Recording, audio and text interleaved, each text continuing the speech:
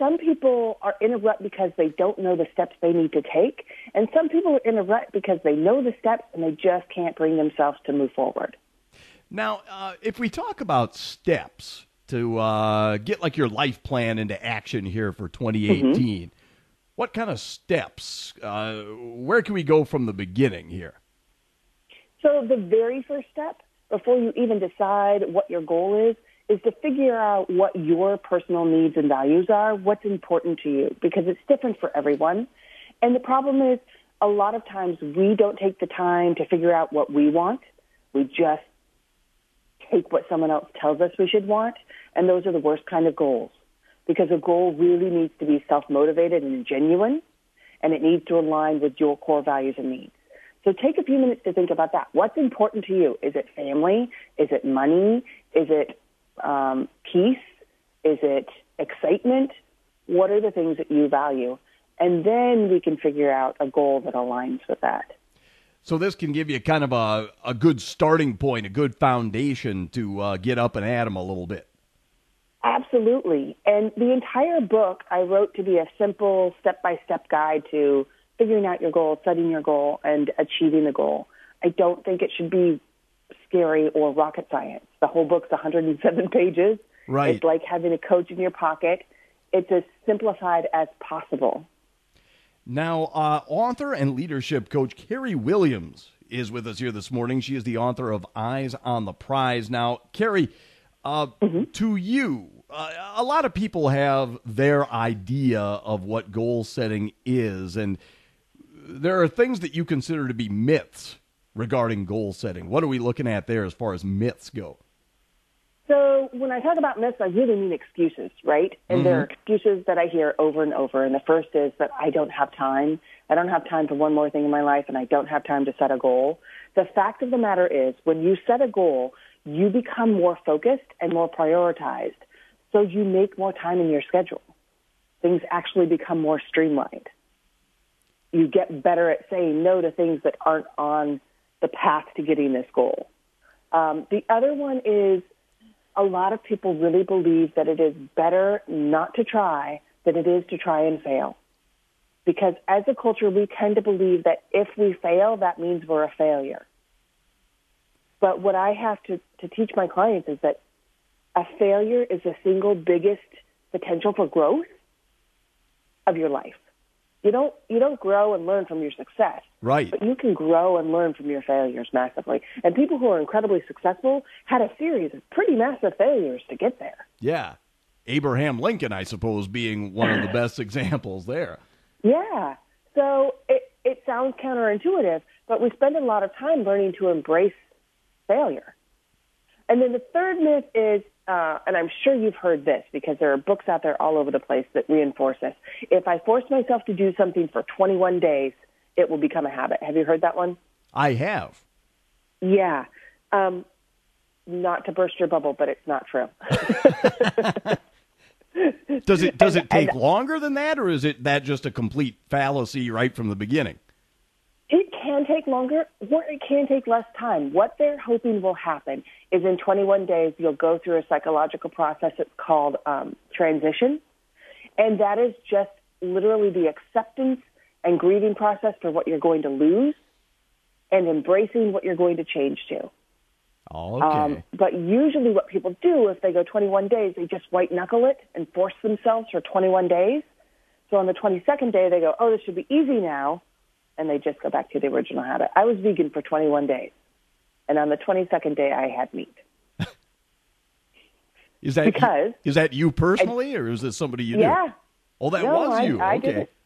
That was me. And it was because I resisted it the whole time.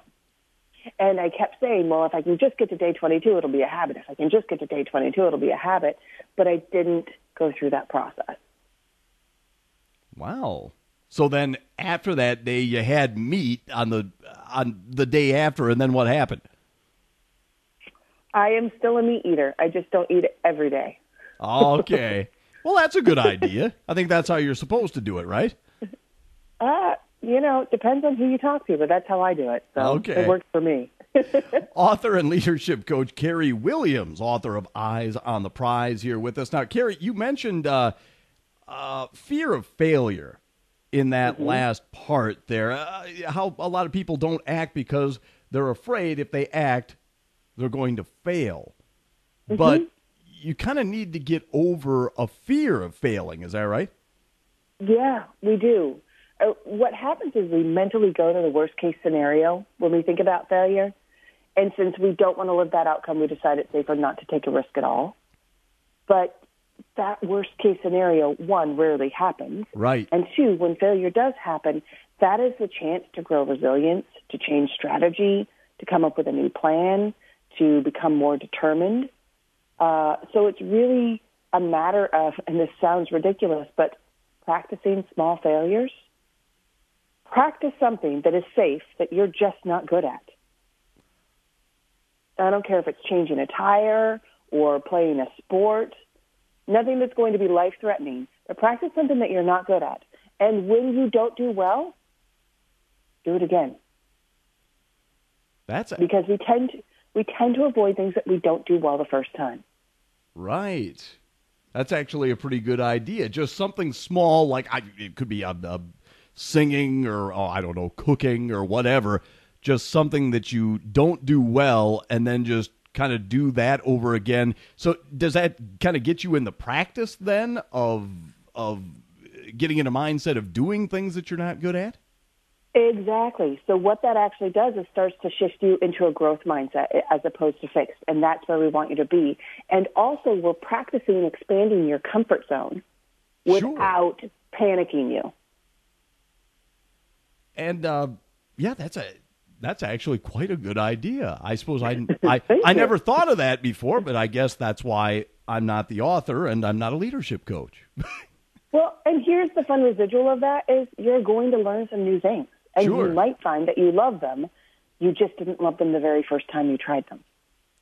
Exactly. Yeah, you step back and think about it. How many things were you good at the first time you tried it? Yeah. And also, when you think about it, the things that are really worth having in your life sometimes take a little effort. Yeah. And some people think that it's a stressful thing to do, to start doing this because they have full lives and they don't want to increase stress.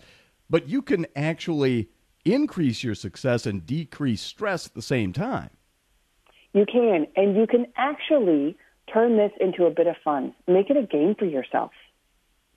Everything doesn't have to be work.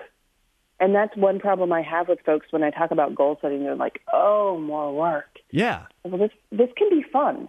We can make it a game. We can give you stickers or we can give you, power-ups, however we want to do this, to add a little bit of zest to your life. Trying to top your own personal best, maybe, too? Yeah, and also then keeping track of that and then celebrating that. So often when we are goal setting, we forget to celebrate the progress. We only celebrate when we achieve the goal. And so that's another mental shift I work with my clients on is let's appreciate the progress because that's success. It's not just when you cross that final finish line. Yeah. Like it's more the destination than it's more the journey than it is the destination. There we go. Right. And a lot of people say that, but we don't always live that way. Well, it sounds terrific here, and there's a lot of things that somebody like me, they don't think of this stuff, but then once somebody like you kind of brings it to our attention, it almost starts to feel like common sense after you hear it. Yeah, a lot of it is, and that's the great thing about goal setting is it's not as complicated as we make it. Right. But anyway, we appreciate your time here, Carrie, and being with us here this morning. And Carrie Williams, our guest this morning here on the WCUB Breakfast Club, author and leadership coach. The book is Eyes on the Prize.